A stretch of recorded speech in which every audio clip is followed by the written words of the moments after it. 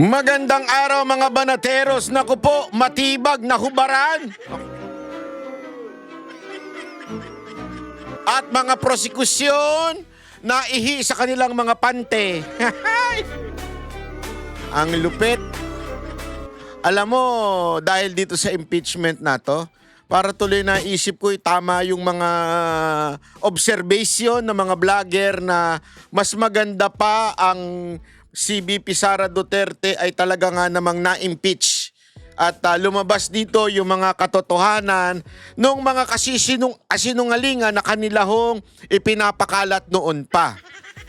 Let me be clear, ladies and gentlemen, people in the house. Ito po yung lagi sinasabi ng mga banateros na mas mukhang napaganda pa yung impeachment. Di ba? Dahil sa impeachment, kasi nung walang impeachment, lahat ng kasinungalingan ng Kamara, lahat ng kasinungalingan ng mga pinklawan, dilawang, komunista, mga terorista, ay tuloy-tuloy na kanilang napapahayag sa mga balita, sa mga media. O, alam naman natin, although hindi sila nananalo sa social media, pero sa media, alam naman natin, mga bayaran niya mga animal na pokpok na mga mainstream media. So, alam natin na talagang kumakalat yung kanilang mga kasinungalingan. Ngunit datapot subalit dahil sa impeachment ay sila po ay nagmumukha ng tanga ngayon. Yun ang katotohanan. Kitang-kita nyo naman mga kababayan yung nangyayari sa impeachment trial. At dito talagang makikita mo sa social media na pahiyang-pahiya. Kaya nga yung mga dilawa, mga pinklawang tae, walang ginawa kung hindi ibahin ang usapan. Kung dati, nililiis nila sa impeachment, ngayon kung ano-ano na ang kanilang ipinapabalita para medyo madistract sila doon sa nangyayari sa impeachment dahil talaga nga namang nagmumukhang tanga yung mga supposedly witness. Yun. Nung mga nakarang araw, 'di ba, na isa lang yung dalawang NBI agent na pareho namang sablay. Pareho namang sinabi na wala silang kaalaman. Anak ka ng weting. Nag-witness ka, wala kang alam? Tama ba yun? Tama ba yun na mag-witness ka sa isang bagay na hindi mo man lang alam? Wala kang personal knowledge? Hindi, alam mo ito explain ko lang sa inyo. Alam nyo po ba? Ito hindi naman po siya pagiging religious o pagiging banal. Banal-banalan. Alam niyo po ba nung sa Biblia sinabi ng ating Panginoong Hesus bago po siya tuluyang umakyat na? Kasi remember, namatay siya for 3 days, nabuhay siya at nakihalubilo sa mga apostles at sa mga tagasunod niya. At nung time na yun, bago siya umakyat, ascended into heaven, ay meron siyang bilin. Ano sabi niya? Be my witness. Kaya nakapaka-importante dito ng witness na word. Be my witness. Bakit sinabi ng ating Panginoong Hesus yun noon? Alam niyo kung bakit? Kasi po, yung mga apostles, yung mga tagasunod niya at that time, na-experience yung kasama ang ating Panginoong Hesus. Kaya nga sabi, be my witness. Hindi yung sinabi ng Panginoon, study the Old Testament and preach the Old Testament, preach the New Testament. Hindi. Ang sinabi doon, be my witness. Kung ano yung na-experience, nakita nyo nung ako'y kasama ninyo. I-witness ninyo kung saan-saan, Samaria, kung saan-saan sinabi ng Panginoon. Until to the end of the earth, i-witness ninyo ang inyong nakita at natutunan. Yun po yun. Alam niyo ibig sabihin ng witness? Kasi may karanasan ka, may alam ka, at ikaw mismo ay naandoon. Tapos, ibinahagi mo sa tao. Kaya nga, yung mga unang tagasunod o yung quote-unquote Christian, ay alam na nila kasi dahil sa witness ngayon nitong mga apostles. Tanong, akala ko ba yung Biblia para sa atin din yan? Paano ako, hindi ko na-witness yung Panginoong Hesus nung nasa lupa siya, paano ako magiging witness? Alam niyo kung paano? You experience the change of life. You experience Christ in your life. That's why you have to witness to the other people. Hindi ko sinasabing wag nating pag-aralan ng Biblia. That's not what I mean. What I'm saying is this, because you experience something, living, accepted Christ in your life, and na-experience mo yun, the changes in your life, therefore, isi-share mo ngayon yun sa ibang tao. There is a hope in this hopeless world because I have experienced it. Yun ang ibig sabihin ng witness. Na-experience mo, ikaw may personal kang kaalaman. Now, let's go to the legal term of witness. Ang legal term ng witness ay simpleng-simple. Ikaw ay may personal na knowledge. Meron kang kaalaman doon sa certain crime or accusation na ibinibigay mo o pinaparatang mo sa isang tao. Witness ka, ibig sabihin, ikaw ay isang buhay na patotoo na naranasan mo, nakita mo yung nangyari o doon sa akusasyon. Hindi pwedeng wala. Wala namang problema kung sabihin ni Matibag na it is, in my own opinion, that VP Sara Duterte is a committed grave threat against the president. Wala problema dyan. It is your freedom of speech. But that is not what we are questioning right now in the impeachment court. What we are questioning is you being a witness to that grave threat. Ano yung experience mo? Kaya nga kung sinasabi niyang, hindi pa naman ako NBI director at that time, so wala akong, okay, given, accepted. Hindi ka NBI director at that time. Sige, walang problema yan sinasabi mo. Ang tanong, ngayong NBI director ka na, meron ka bang nalalamang personal doon sa akusasyong may grave threat si VP Sara Duterte sa presidente? Kaya nga tinatanong paulit-ulit, nalaman nyo na ba? Nakilala nyo na ba kung sino yung kinausap? Kasi kung alam mo na kung sino yung kinausap at nakausap mo na yung kinausap o naimbestigahan mo na yung kinausap, therefore, you have a personal knowledge. May witness ka na ngayon. Kasi may personal knowledge ka na doon sa grave threat. Ano yun? Nakausap ko mismo yung inutusan ni VP Sara Duterte na patayin si Marcos at si Lisa at saka si Romualdez. Di ba? Ibig sabihin, alam mo na. May experience ka na. Bakit? Nakausap mo na. Ang problema, mga kababayan, wala hanggang ngayon. Anong sinasabing paulit-ulit ni Matibag?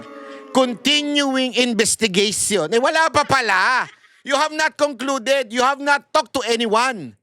Bakit ka naging witness? Doon pa lang, mga kababayan, suplak na. Yun ang pinapatotohanan ng defense. Wala ka palang alam. Hindi mo alam yung nangyari noon, you were not there, tapos ngayon, hindi mo nakausap yung sinasabi ninyong pinibintang ninyong may grave threat. Bakit ka nandyan sa upuan? Sa witness stand. Palitan na lang natin yan, salitang witness stand. Gawin na lang natin opinion stand. Kasi opinion mo lang pala yung pinakikinggan, hindi naman pala ikaw bilang witness. Tama, mali. Kaya nga alam mo, sa totoo lang, sablay.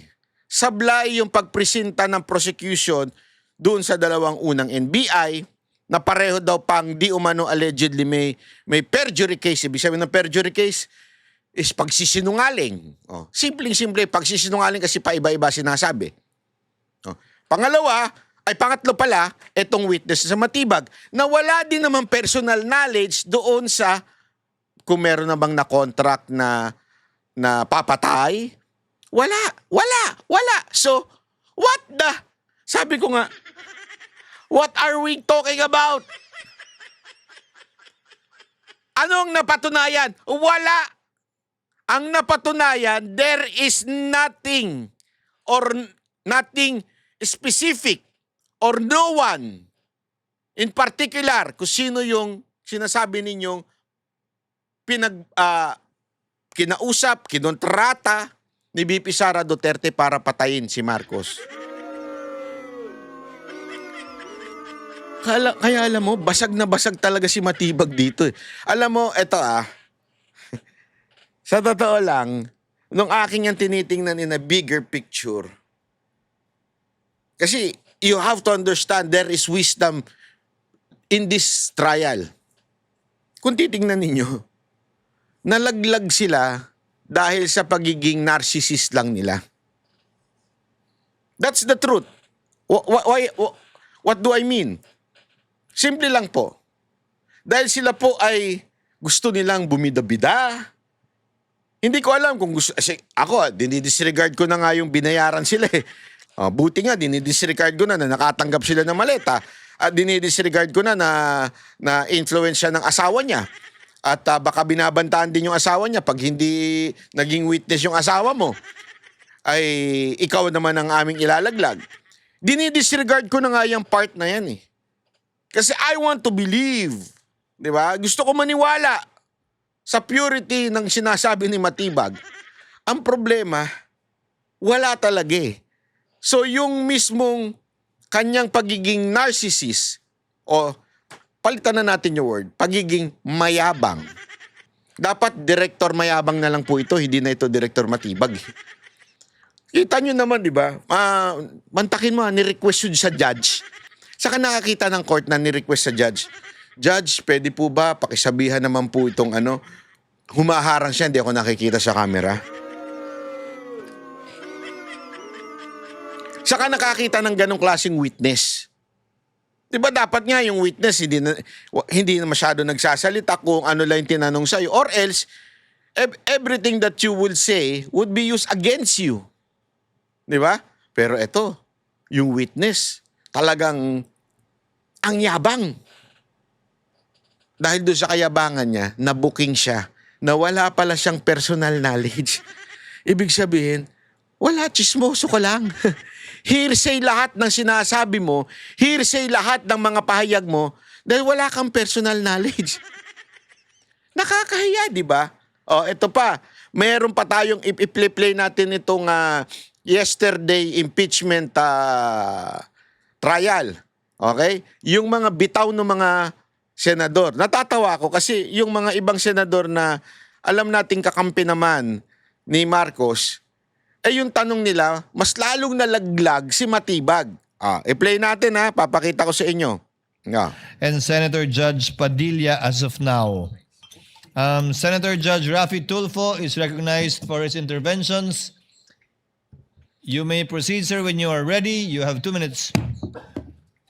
Mr. Witness, kahapon naitanong ko sa inyo yung kaso ni Ronel Mas. Ngayon, tatanong ko sa inyo, pamilyar ho ba kayo sa kaso ni Ronald Kibuyen, Maria Catherine Seron, and Joe Mark Ebcay?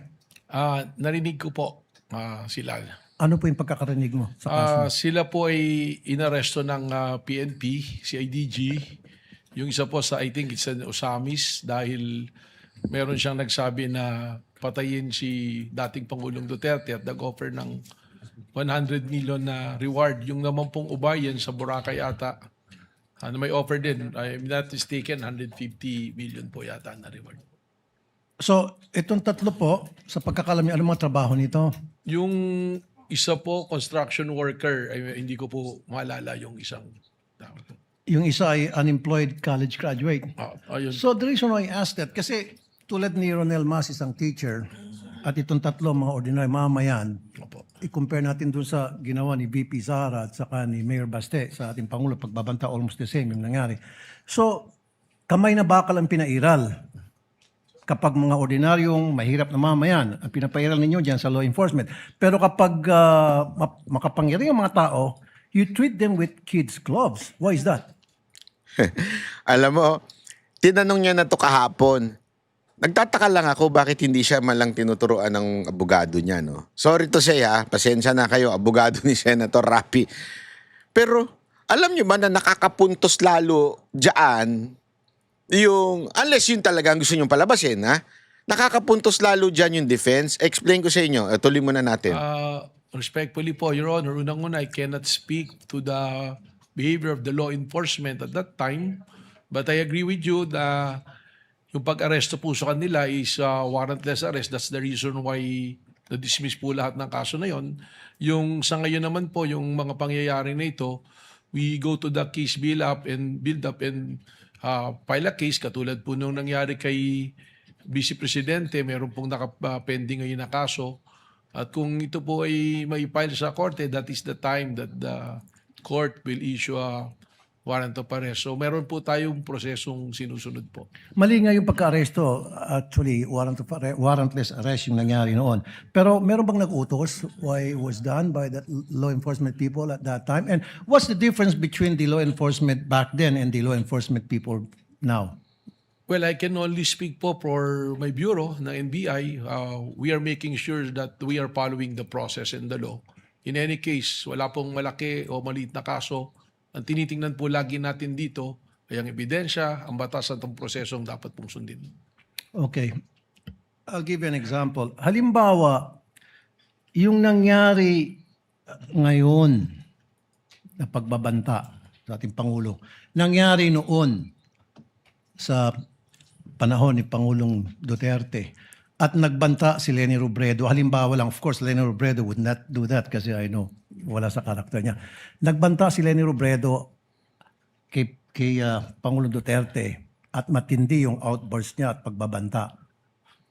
At ganun din naggagawa ng follow-up ang kanyang anak. What would have happened? Sa tingin niyo ba, possible na merong gagawang pag-aaresto si PRD tulad ng ginawang pag-aaresto doon sa mga teachers, sa teacher, construction worker, at unemployed college graduate?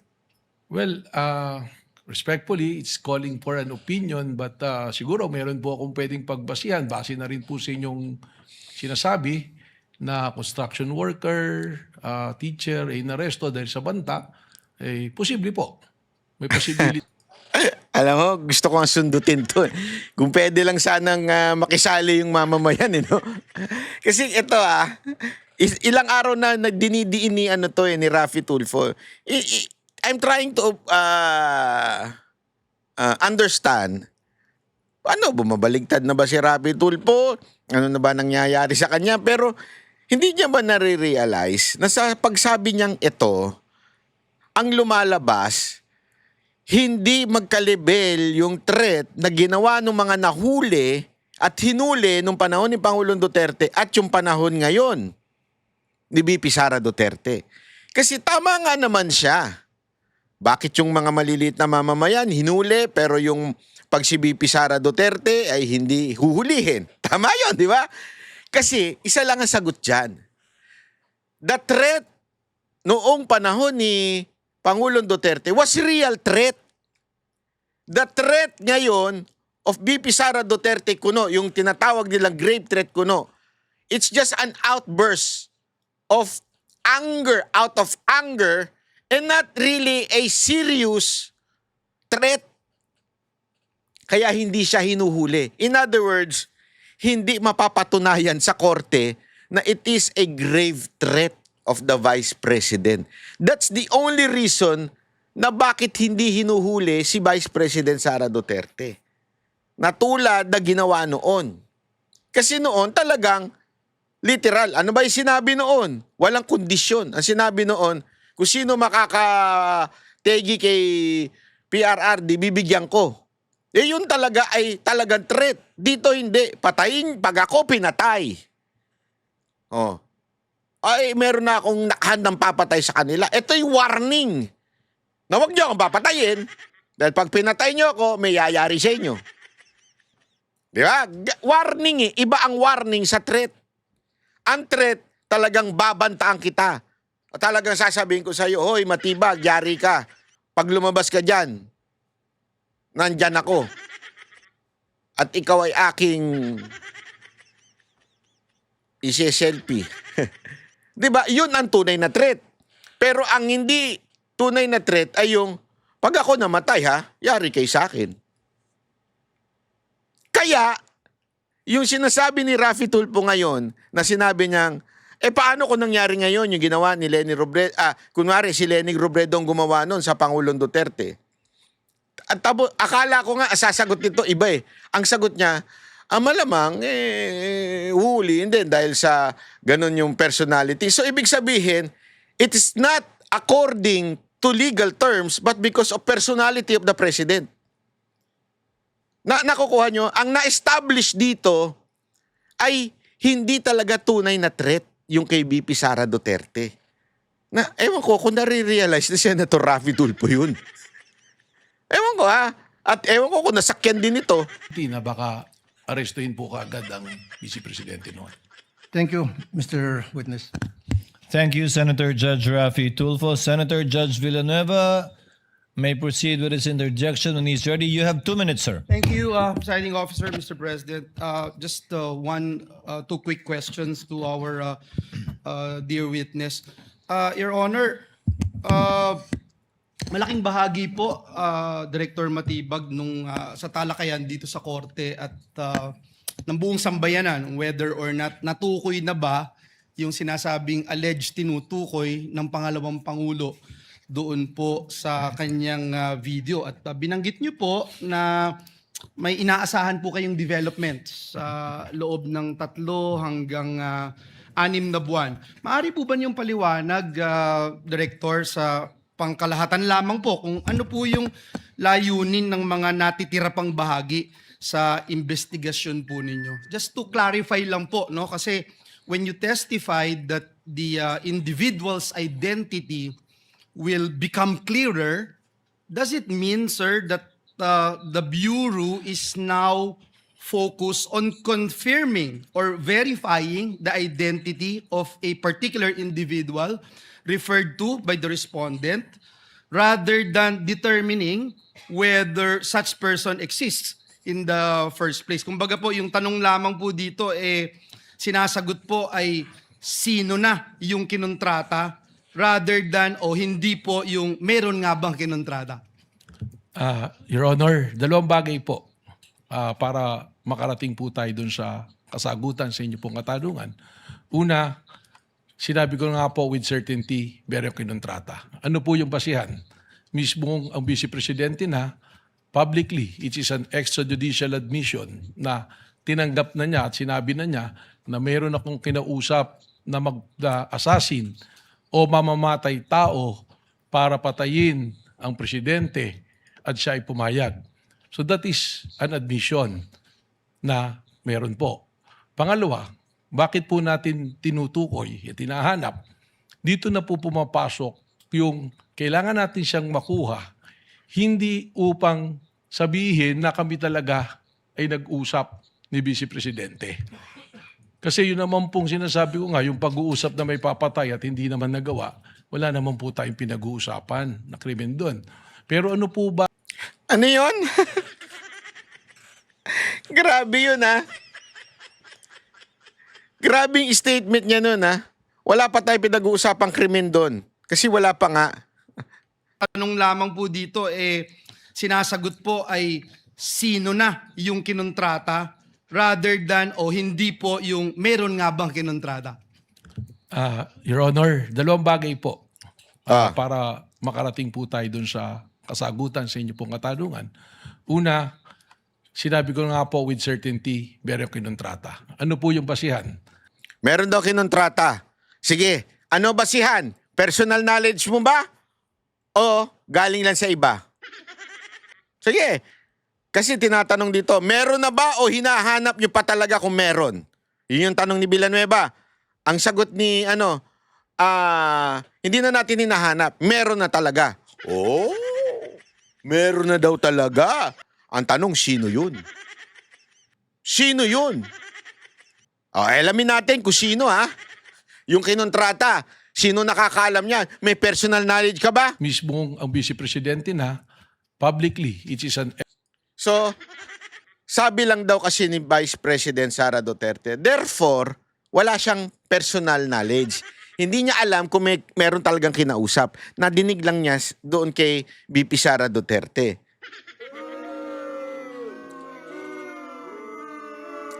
So, ang pinagbabasihan mo ng iyong judgment na meron na, ay hindi naman dahil meron kang sariling kaalaman. Kung hindi, narinig mo lang. Ano tawag doon? Hearsay. Sa Talagog o sa Tagalog, chismosa. Extrajudicial admission na tinanggap na niya at sinabi na niya na mayroon akong kinausap na mag-assassin o mamamatay tao para patayin ang presidente at siya ay pumayag. So that is an admission na meron po. Admission daw na meron. True BP Sara Duterte. Okay? Yun lang. Dahil kay BP Sara Duterte. That's it. Pangalawa, bakit po natin tinutukoy at tinahanap? Dito na po pumapasok yung kailangan natin siyang makuha, hindi upang sabihin na kami talaga ay nag-usap ni Vice Presidente. Hindi daw dahil para i-confirm. O ano daw ang dahilan kung bakit kailangan nilang makuha? Kasi yun naman pong sinasabi ko nga, yung pag-uusap na may papatay at hindi naman nagawa, wala naman po tayong pinag-uusapan na krimen doon. Pero ano po ba ang tinutugunan namin sa paghahanap namin sa tao na yon, sa individual na yon? Yun na po yung sinasabi namin that we have to address the issue of national security, the safety of the president, which is a primary mandate of the National Bureau of Investigation. So pagkatambanta po sa Pangulo, kapag ito ay seryoso tulad po nitong banta na ito, ito rin po ay dadaos ng ligalig, kaguluhan, at disrespect po sa ating law and order. And that is the very purpose of the existence of the National Bureau of Investigation. Yung binanggit nyo na may mga persons of interest, so yun nga po, no? Tinutumbok na po nito na nandun na po kaya kayo dun sa sino ang kinontrata rather than meron nga bang kinontrata. Tama po, Your Honor. Thank you, Director Matibag. Nabanggit niyo po kahapon din yung parte ng network ng respondent na tinatawag na Davao Death Squad. Batay po ito dun sa ebidensyang nakala po ninyo, sabi niyo sa NBI, at meron po kayong nakikitang impormasyon na nagsasabi ang... gusto kong malaman kung meron po kayong nakikitang impormasyon na nagsasabi na aktibo pa rin po ba ito noong 2024 kaya naging part ito ng inyong assessment sa kapasidad ng respondent? Sa amin po investigasyon lumalabas na meron pa pong mga existing. At katunayan, without naming names, ganito po, ilagay na natin sa konteksto na nagsimula po kami sa maraming pangalan and we narrowed it down. Siguro ito na inaantay ng marami rin na finally ma-identify natin. We are narrowing it down already to less than 20 individuals at may mga pangalan na po kami nito.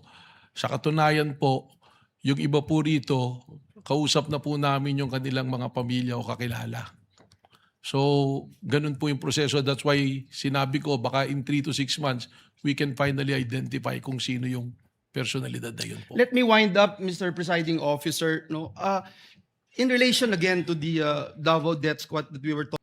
Alam mo, sa totoo lang, akala nila nakakapunto sila dito. Kasi ngayon pa lang daw nila na parang sinasabi, sa 20 na lang pinagpipilian namin kung sino yung kinausap. So wala nga kayong alam. Talking about, aktibo pa po ba sila noong 204? Aktibo pa rin po ba sila sa kasalukuyan sa inyong nagpapatuloy na investigasyon? Tinatanong po natin ito, Ginoong Pangulo, para malaman natin kung yung ginamit po ng National Bureau of Investigation ay base lamang dun sa historical background na binabanggit po kahapon o meron po na nakalap na mga bagong impormasyon ang NBI na hiwalay na impormasyon tungkol po dito. Well, again, kanina po tinanong po ng kagalang-galang Senator Erwin Tulfo, we are not limiting it to the Davao Death Squad. Sabi ko nga po, meron pong mga aktibo pa sa serbisyo na men in uniforms at kasama rin po dito ang Vice President Sara Security Group po. So even those who are actively involved right now, men in uniform, is that what you're saying? That is something that I can say because general naman, it will Kindly not go wind to the up. identity. Yeah, that will be meron all, po. Mr. Presiding Officer. Thank you, Director Salamat Matibag. po. Salamat po. Thank you, Senator Judge Villanueva. Senator Judge Aquino is recognized. You may proceed, sir, when you're ready. You have 2 minutes. Maraming salamat, Mr. Presiding Officer. Isang tanong lang po kay Director Matibag. Doon po sa AO11, nakalagay po doon yung mga miyembro ng task force, no? At yung isang miyembro po doon ay mula sa Transnational Crime Division. Opo. Nabanggit niyo po nung isang araw na nasa punto na po kayo sa inyong investigasyon na chine-check po ninyo kung hindi lang ito isang tao pero kumbaga grupo na po ito or may plot, may ploy, may nagkukuntsaba para dito po sa posibleng pagpatay kay President Marcos. So nagtataka lang po ako sa EO11 kasama yung Transnational Crime Division. So my question is, sa inyo pong investigasyon, meron bang transnational nature itong posibleng pagpatay sa presidente? Meron bang foreign intervention or mga players na hindi po Pilipino sa inyo pong investigasyon? Yan po ay isang sa purpose talaga kung bakit namin isinama para alamin kung sino po. Alam naman po natin, para patayin ng isang presidente, hindi po isa o dalawang tao lang nag-uusap dito. You need yung kakayahan mo, yung capacity, doon po pumapasok. Kailangan ng pera, kailangan ng network, kailangan ng tao.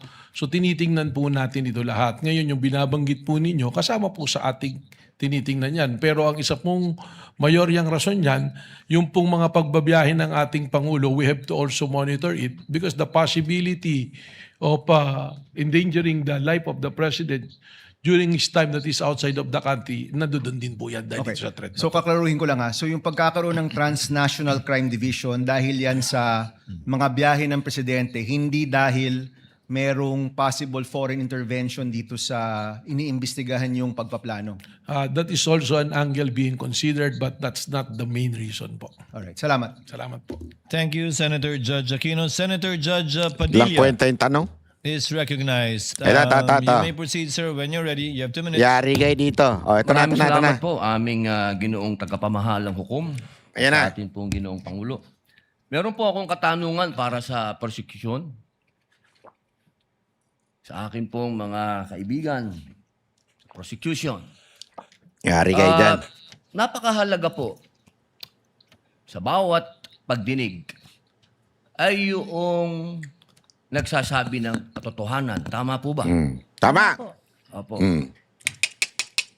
Pagka ang isang witness po ay naging halimbawa ng paiba-iba ang sinasabi, ano pong tawag dito?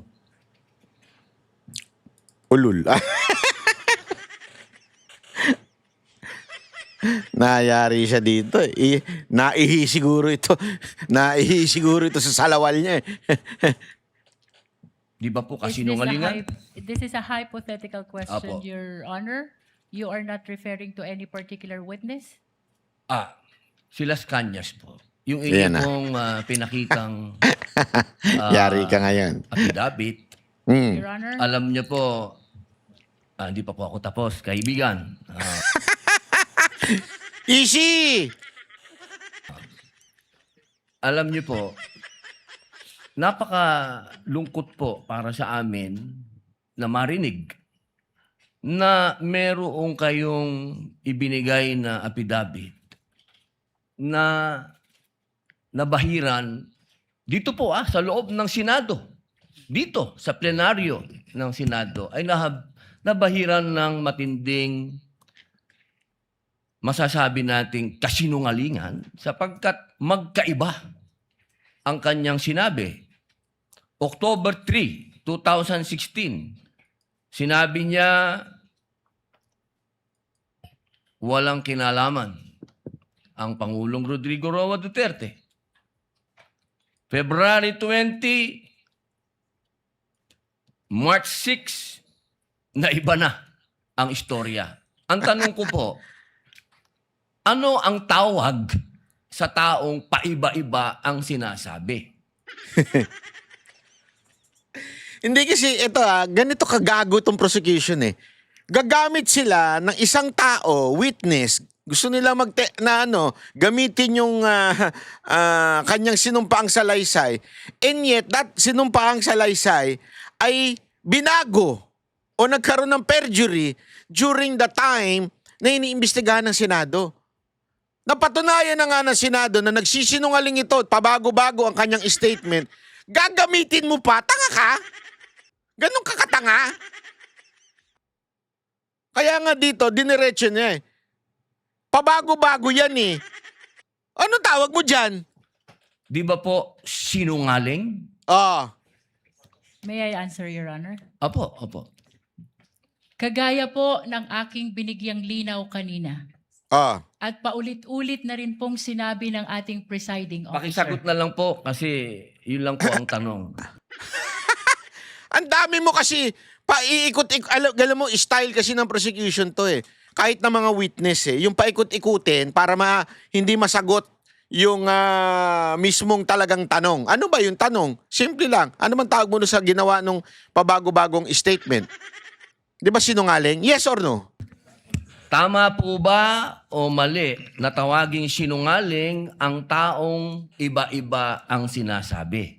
I'm Oh, sorry, sagot. Your Honor, but I need to qualify my answer. No, you said yes or no lang. Presiding officer, isang simpleng tanong lang po. The lead prosecutor may agree or disagree or state a different characterization. I can state a different characterization if I'm asked by the good Senator Judge. You may disagree or agree with the Yun eh. Alam mo, buti talaga ito ito ang naging presiding officer. Imagine mo si Gatchalian yan. Hindi kasi tama siya dito eh. You might have a different opinion on that. Just say no. Di ba? Just say no. No, I do not believe you. Or yes, I believe you. Hindi na yung, hindi kasi depende yan eh. Meron tayong tinatawag na white lies at saka meron tayong tinatawag na gray and black lies. Ang sinungaling. Di ba? So kung hindi ka naniniwala sa akin, sabi mo, I respectfully disagree with you, Senator Judge. Tapos. Your statement Honor. of the Honorable Senator Judge Padilla. Feel free to say no or yes, Counsel. Kagalang-galang ng mga senator judges at sa atin pong mga nanonood na kababayan.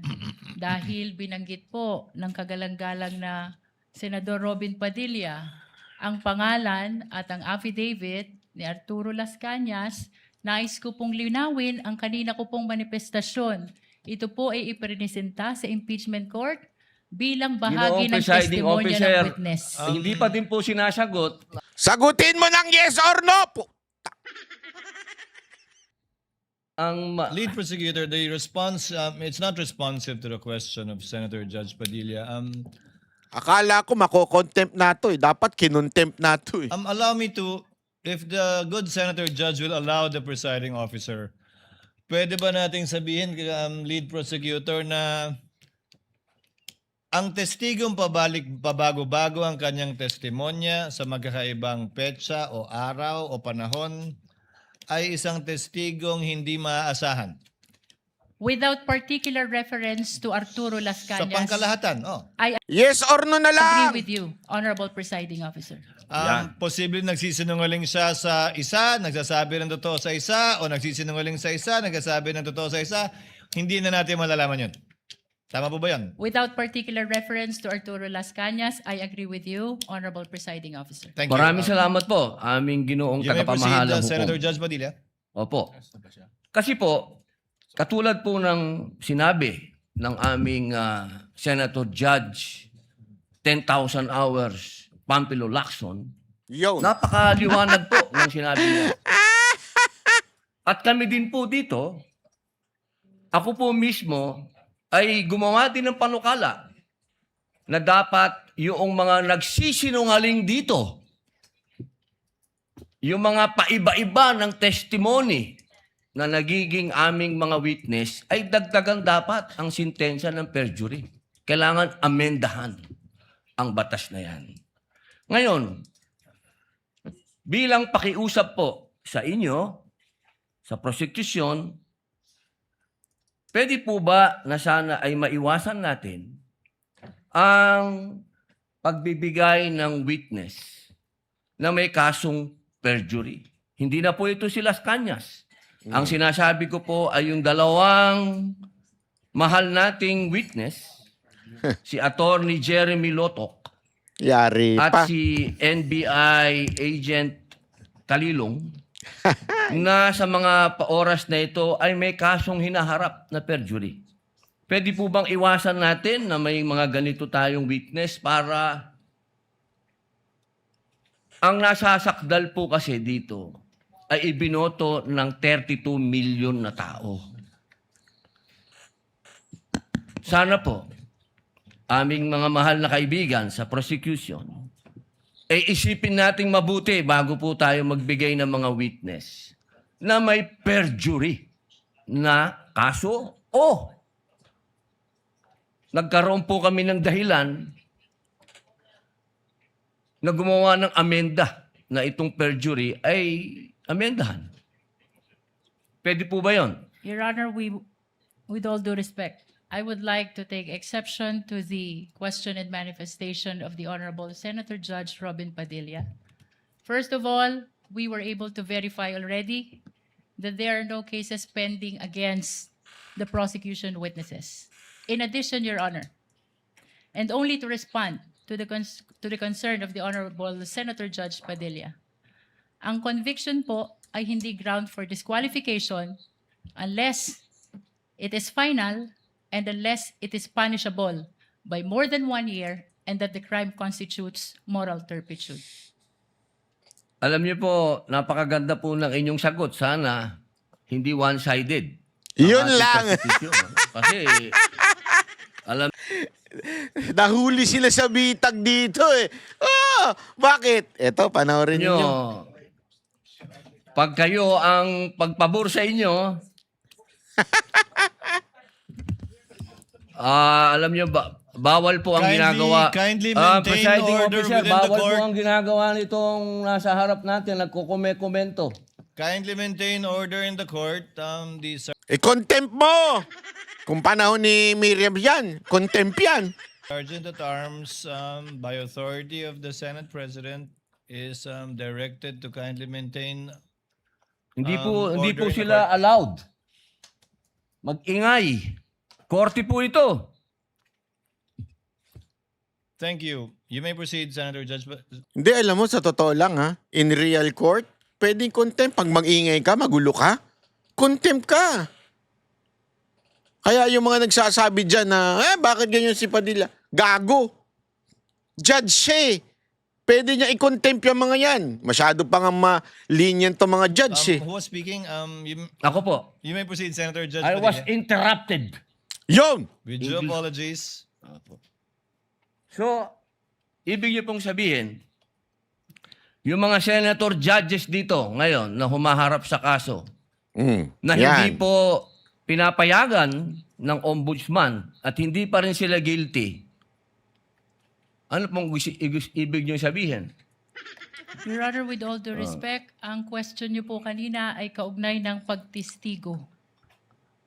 Testigo nga, Referring to judges the nga yung witnesses of sinasabi the eh. prosecution, Your Honor. Ang usapan po ay yung guilty or not guilty. Yan. Tama. So, tatanong na po ako ng bago. Opo. Pwede po ba? May I be clarified, Your Honor, on your last question about the senator you said are facing cases?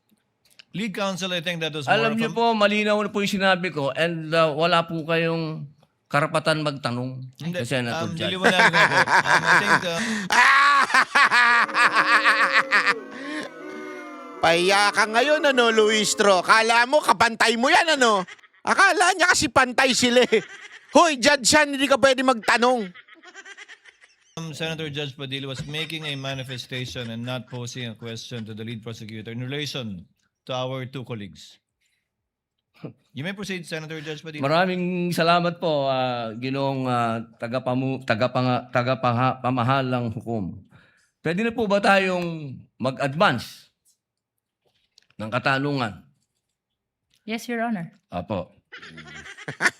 Yung pong sinasabi ninyo, bakit nyo po nababanggit ang ICC dito? Ano po ang kinalaman ng ICC dito sa ating pagdinig? With all due respect, Honorable Senator Judge Robin Padilla, kagaya po ng nabanggit ko na, At marahil panglima ng banggit ng presiding officer. Nabanggit po ang ICC, kaugnay ng affidavit ni Las Cañas na ipirinisinta po ng prosecution bilang bahagi lamang ng testimonya ng witness at bilang bahagi ng naging investigasyon ng Special Task Force ng NBI. Maraming salamat po. Senator Judge Padilla will please wind up. You can Opo. avail of a second round if you wish. Opo. Maraming salamat po. So, ibig pong sabihin, malinaw na kanina sinabi natin na What is the hindi pleasure siya... of, with the permission of Senator Judge and indulgence of Senator Judge Padilla, what is the pleasure of Senator Judge Rafi Tulfo? Walang mic. Nako, yan na. Speaker Padilla. Bakit pag sa kabila pinapayagan sila 5-10 minutes? Bakit pag sa amin, sa majority, kinakat agad ni remind pagdating ng 2 minutes? I think nakakalata na kami. So dapat pag sinabing 2 minutes, 2 minutes. Pag sa amin sa majority, pag 2 minutes, pinipindot ng Inaaway niya na ngayon si Escudero. Yung kapwa niya na nakasamahan na tandaan niyo si Escudero nasa majority na at wala sa desisyon ni Robin Padilla yung pindot. pinipindot nito. 2-3 beses. Totoo yan. Pero pag sa minority, umaabot na ng 5 minutes, 10 minutes. At meron akong record yan. Pinapayagan. Why? Thank you. The comments of Senator Judge Rafi Tulfo is recognized. However, the chair would like to point out that in the impeachment court, there is no majority nor minority. We are all... Boom! Kunana! Sa impeachment court, wala majority minority. Everyone is a senator judge. Nakalimutan ata ni Sen Rapi ito Senator judges. And Senator Lacson earlier requested also an additional time to finish his point, which the chair allowed. That's Alam mo, dito may tama si Panelo kasi sabi ni Panelo, hindi ko nga alam bakit kailangan limitahan yung oras ng mga senador or judge. Dapat limitahan yung mga kung sino man. Pero yung senator judge sila eh. They have to judge or decide pagkatapos ito impeachment whether to impeach or acquit si BP Sara Duterte. Tapos lilimitahan yung oras ng pag-aalam nila at pagsasaliksik ng katanungan. So tama pa nga dito si Senator Rapi. Sa totoo lang, tama si Rapi dito eh. Na wag na tayo maglagay ng oras dyan. Payagan nyo na lahat kasi patagalin nyo na. Hindi ako, agree ako dun. Dapat talaga mag-usap-usap na at habaan naman yung oras. O kung ayaw ninyo, kasi 2 minutes, doon pa lang sa paligoy-ligoy na sagot ng mga witness, ang haba na eh. Paano pa kaya mo malalaman yung tunay na sagot? Kaya rin ginagawa ng mga witness, hinahabaan yung sagot para maubos yung oras ng senador. Yan ang pansinin ninyo. Kaya nga alam mo, dapat, ang akin, sitahin ng mga senador itong mga tinatanong nila. Yes or no lang, wag nang maraming explanation. Chair reminded Senator Judge Padilla to wind up because his time already lapsed. Kaya nga, Mr. Presiding Officer, I'm sorry, I do have a lot of respect in you. Yung sa akin lang, kahit na sino senador, kapag dating na ng 2 minutes, pinipindutan ng bell eh. Ako ilang beses na ako nang pindutan ng bell. Huwag nyo kasi Nakakairita pinipindot. Samantalang yung iba, hindi pinipindutan ng bell, umabot pa ng 5 minutes. I'm not referring to anybody here now. Yun lang yun eh. Kaya nga kuminsan, binubulungan ko na nun dyan eh. Oy, pindutin mo na yung bell. Para lang makapagsalita yung iba. Yun lang po. Wala na akong tinutukoy dito. Dapat maging fair tayo yung sa nagpipindot ng bell. Pag sinabing 2 minutes regardless kahit na sinong senador yan. Dapat pinakita yung nagpipindot ng bell eh. Thank you. The clerk of court is instructed to kindly relate to the bell ringer to kindly Nakatikim ka ngayon ano? Yung bell ringer, nakatikim kay Senator Rapi. Comedy. assistant in doing the reminder polite reminder to the senator judges with respect to the time allotted. Sir Presiding Senator Officer. Judge Yes. Cayetano Alan. No, I take the comments of Senator Tulfo in order. I respect your opinion, but just to put on record, as you said, Senator Lacson a while ago asked for more time, binigay. Walang bell yon. Yesterday, 2 bell sa akin. 2 o 3? I don't wanna Dalawa admit- lang ang bilang ko. 2 lang bilang mo. And maybe the solution is that after the first, isang bell na lang, pero kasi from the start of the impeachment trial, we asked the presiding officer at sabi mo nga, liberality, because then if not, if we can't ask questions, baka magkaroon ng Yun na nga motion eh. or mas Tama. lalong tatagal. Maybe you've been doing it naman, but yun nga, yung just ask to wrap up. But konting, we all want to get back to work. There's so much that we want to do. At least, wala ngang majority-minority, but at least wala ngang threat ng kaso sa majority. Kami magsalita dito, parang may sword sa aming nakatutok. So, konting pagbibigay din sa amin ng konting liberality din sa pagtatanong. Yes. But in accordance with the rules, tama naman po yung sinabi ni Senator Tulfo. The presiding officer shall take in advisement the points raised by Senator Judge Rafi Tulfo as well as the point raised by Senator Judge Allen. And in that spirit, kindly wind up, Senator Opo. Judge Padilla. Ginoong tagapamahalang hukom, nais ko lamang pong sagutin ang ating kaibigan na si Senator Rafi Tulfo. Sandali lang po. Kaibigan, mas mahaba kasi yung sagot ng ating Yun! prosecution. Ako po ay nagtatanong lamang ng Yes or oo no? ba o hindi.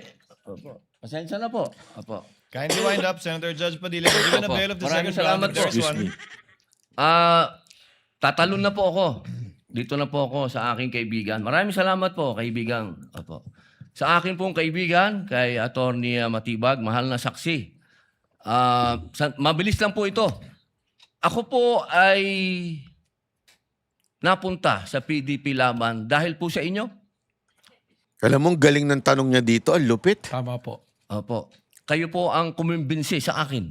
Tama po. Campaign manager nyo pa po. Opo. At masasabi po natin na isa kayo sa nagpa-number 1 po sa akin. Tama po. Sa lugar po namin, number 1 po kayo. Opo. Attorney Matibag, sumama po ako sa inyo dahil alam ko na isa po kayo sa arkitekto ng pagkapanalo ni President Rodrigo Roa Duterte. Tama po ba? Hindi po. Sapagkat noong 2016, ako po ay ang campaign manager ng Region 4A ni Secretary Mar Rojas po. Grabe, proud na proud siya dito. Na napanalo niya si Robin, yung mga ganon eh. Ako pa ang campaign manager mo. Yung yabang talaga nito nagpapahamak sa kanya eh. No? Yung yabang nito nagpapahamak sa kanya. Ayun. So hindi po kayo connected nung panahon na yon kay Pangulong Rodrigo Roa Duterte? Hindi po. Opo. Kung kayo po ay nagtatrabaho sa mga iba't ibang politiko, kayo po ba ay matatawag na political analyst o political ano pang tawag po doon? Yung mga nagsasagawa, nagpapatakbo ng politika ng bawat politiko? Well, maaari pong matawag na tayo ay tumutulong sa ating pinaniniwalaan na kung sino po ang dapat manungkulan sa ating bayan. Opo. Ibig po sabihin, pwede po kayong gumawa ng isang kandidato at manalo. Makatulong lang po. Sapagkat ang paniwala ko po, hindi naman po isang tao, lalo na ako, ang magpapanalo ng isang kandidato. Opo. So ngayon po, masasabi po natin na pwede po kayong magtrabaho bilang isang political operator? Ano po bang konteksto ng political operator? Ang ibig ko po sabihin, ako po ay nasasama sa isang political party noon. So tumutulong po tayong maipanalo ang isang kandidato ng political party. Opo. Maipanalo lang po? O ano po ba ang trabaho ng political operator sa Pilipinas? Pwedeng gumawa? Pwede din sumira? Well, Grabe, napatunayan dito, no? Palipat-lipat si Matibag ng kampo at depende kung sino yung kanyang tinutulungan. Di ba? Imagine ninyo campaign manager ito ni Robin pero nung time na nagkakagipitan, abay, dinidiin pa si Robin nun. Di ba? Tapos kay dati ring PDP, Ngayon, galing din pala siya doon sa kay Mar Rojas. Ito yung tawag na, di ba, yung perfect definition ng political butterfly. Ito si ano. At ngayon na kay Marcos. Anong pinapatunayan ngayon ni Robin Padilla dito? Your guess is good as mine.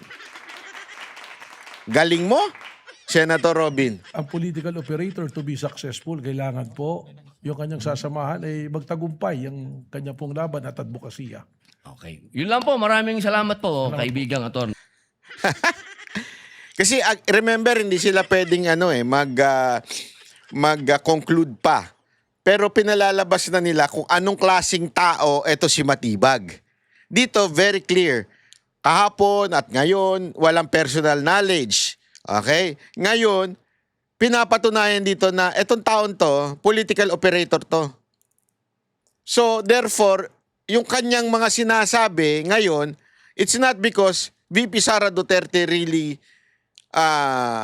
committed a grave threat, but because he is operating under Marcos administration. Na pinatunayan din kahapon ng defense na yung asawa niya nag-decide na impeach si VP Sara Duterte, diba? That he is a political appointee of the president. Sino ba yung ginrave threat? Kuno.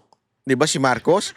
Tapos tao ni Marcos ang nagwi-witness. Tapos yung asawa niya pumirma ng impeachment. At itong tao na ito, yung kanyang personality ay isang political operator. Ang galing nyo. Dito, talagang tibag na tibag si Matibag. Talagang, alam mo, sa totoo lang, napahiya. Napahiya ang prosecution dahil kay Matibag. At hindi lang po yun, ha? Aside from napahiya, talagang wagi na si VP Sara Duterte. Oh. Alam nyo ba't ko nasabing wagi siya si VP Sara Duterte? Ay, papakita ko sa inyo. Chotomate. Kasi alam mo, eto, papakita ko na sa inyo. Ayan, ilagay natin. Yan, wait lang. Pinakabagong Wait presidential lang. survey ng Pulse Asia. Si Senator Bongo naman ang nanguna sa pagka-vice-presidente. Live mula sa Mandaluyong, nangungun sa balita, si mobile journalist Julie Baiza. Julie, sino-sino pa ang Wait lang, ha? Maulitin natin. Wait lang. Nangunguna pa rin si VP Sara sa pinakabagong presidential survey ng Pulse Asia. Si Senator Bongo naman ang nanguna sa pagka-vice-presidente. Live mula sa Mandaluyong, nangungun sa balita, si mobile journalist Julie Baiza. Julie, sino-sino pa ang pasok sa survey? Hindi natitinag sa unang pwesto si Vice President Sara Duterte pagdating nga sa Presidential Preference Survey ng Pulse Asia. Sa kabila yan ang nagpapatuloy na impeachment trial. Base sa survey, 49% ng mga respondent ang nagsabing iboboto nila si VP Sara para sa 2028. Pangalawa pa rin si Naga City Mayor Leni Robredo na may... Tingnan nyo ito. Sa kabila ng impeachment, akala nila nagwawagi sila, pero hindi. Si VP Sara Duterte ang nagwagi sa impeachment. Isipin nyo ito, ha? Ilan na yung mga witness na pinresinta nila? Doon kahapon, di ba, meron tayong balita na si VP Sara Duterte umakyat ang trust rating, si Marcos bumaba. Dito naman, pagdating sa sinong gusto maging presidente, tingnan ninyo. Oh, i-total nyo lahat ng kalaban niya. Hindi lalamang kay VP Sara Duterte. Saan ka pa? Saan ka pa, Brad? Total mo lahat ng kalaban, ha? Lahat ng kalaban. Tingnan. Oh, 26 plus 14. That's 40. Tama ba? Oo, 40 yun. Kasi, galing ko, no? 40 plus 1 plus 1. Oh, 42. Plus 0.1. Hayop to si Nicolas Torre. 0.1. Hayop ka. Sana nagganong ka na lang. Nagkulkul ka na lang ng kanal. Ay, oo nga. Nagkukulkul pala siya ng kanal ngayon. 26%. Sunod si Senator Raffy Tulfo na may 14% at sina DPWH Secretary Vince Dizon at Baguio City Mayor Benji Magalong na may tig 1%. Lumabas din sa presidential survey ang mga pangalan ni na Senator Robin Padilla, Davao City Mayor Baste Duterte, Pasig. Ba't kaya sinama si Basti Duterte, no? Siyempre, hindi na, kasi baka sabihin nyo, bakit si Basti Duterte ang mababa? Eh, natural. Lahat ng nag-yes kay BP Sara Duterte, hindi na mag-yes kay Baste. Tanggalin nyo yan si BP Sara Duterte doon sa usapan, lagay mo si Baste. Naku po, talo pa rin kayo. Si Tito Soto, 0.02, nakakataba. Acheche. Si Lacson, 0.02 din. Acheche. Uy, grabe naman kayo kay Risa Ontiveros, 0.01. Paano na yung Risa na? Risa na. Ay na kasi pag-endorse nyo yung babalo eh. Walang kwenta, wala nang ang alam, bobo pa. Wala pang followers, wala pang subscriber. Ang pangit pa. Tapos yun ang pag-endorse nyo na, Risa na. City Mayor Ayok. Vico Soto, sina Ping Lacson, Sol Aragones, Tito Soto at Risa Ontiveros. Pero Jiggy, kung sakali man na one-on-one sina VP Sara at Robredo, nangunguna pa rin ang bise na may 52%. Habang may 39% naman si Robredo. Isinagawa nga ng Nax. Yan ang ano. Bakit? Si Robredo kaya ang nag-komisyon? Pero kitang-kita nyo pa rin yung lamang, di ba? Pulse Asia ang kanilang survey mula June 28 hanggang July 3 at 6. May 2,400 respondents yan at error margin na plus-minus 2%. At Julie, para sa Vice President at Senador, sino-sino ang mga ito? Yes, Jiggy, ang kaalyado ni VP Sara na si Senador Bongo ang nangunguna sa Vice Presidential Preference Survey. Nakakuha siya ng 27%. Sinundan siya ng isa pang VP alay na si Robin Padilla na may 21%. Ang lungkot naman yan. Yung first 1 and 2 parehong kakampi. Tapos sasabihin ninyo, bumabagsak na ang suporta ng mga Duterte. Gago rin din talaga kayo, no? Yan ang tawag na bulag-bulagang kayo. You are living in your bubbles. Pangatlo naman, sina Bam Aquino at Grace Po na parehong merong 14%. Kasunod nila, si Erwin Tulfo, Kiko Pangilinan at Nicolas Torre III. Pasok din sa survey si Rodante Marcoleta, Tito Soto, Bato de la Rosa at Pia Cayetano. Pagdating naman, Jiggy, sa pagkasenador, nangunguna si Padilla na nakakuha ng higit 48%. Pumapangalawa naman si Vico Soto na may higit 47%. Sinundan sila nila Alan Peter Cayetano, Loren Legarda, Manny Pacquiao, Nancy Binay, Sani Angara at Mark Villar. Pasok din sa senatorial preferences sina Ben Tulfo, Jinggoy Estrada, Willie Revillame, Cheese Escudero, Ba't hindi nyo ako sinama?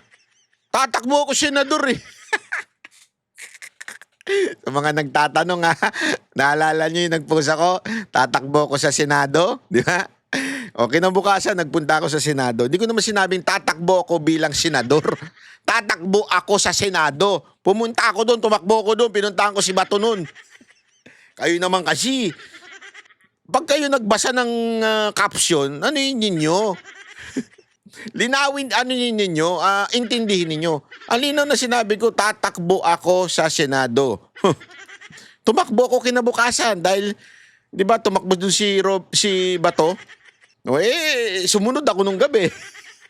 Ayaw niyo maniwala eh. Pag ako nagsabi totoo, agad-agad kong ginagawa. Defensor Mar Rojas, Benher Abalos at Mark Lapid. Jiggy. At anong tingin dito ng mga eksperto dito sa survey na ito ng Pulse Asia?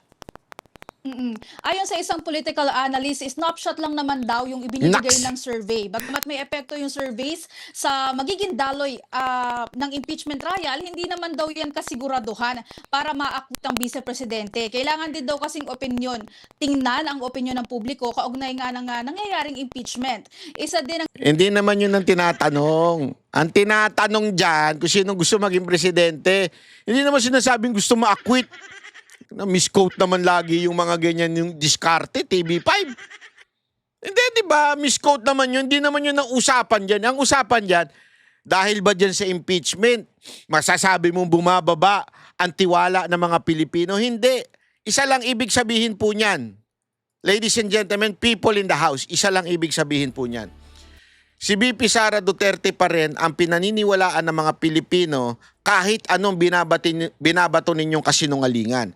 At isa pa, pangalawa na. Pangalawa, yung survey na yan nagpapatunay na doon sa ginagawang proceeding sa impeachment court, napapatunayan na wala talaga siyang ginawang mali at gusto siya ng taong bayan.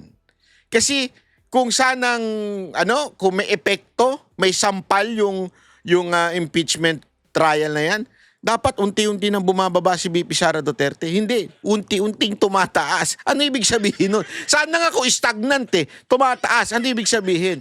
Napapatunayan po mga kababayan na wala po talagang ginawang masama si VP Sara Duterte. Napapatunayan po mga kababayan na talagang yung kanyang mga aligasyon sa kanya ay hindi naman po totoo kung hindi paninira lang. Palakpakan po, ladies and gentlemen.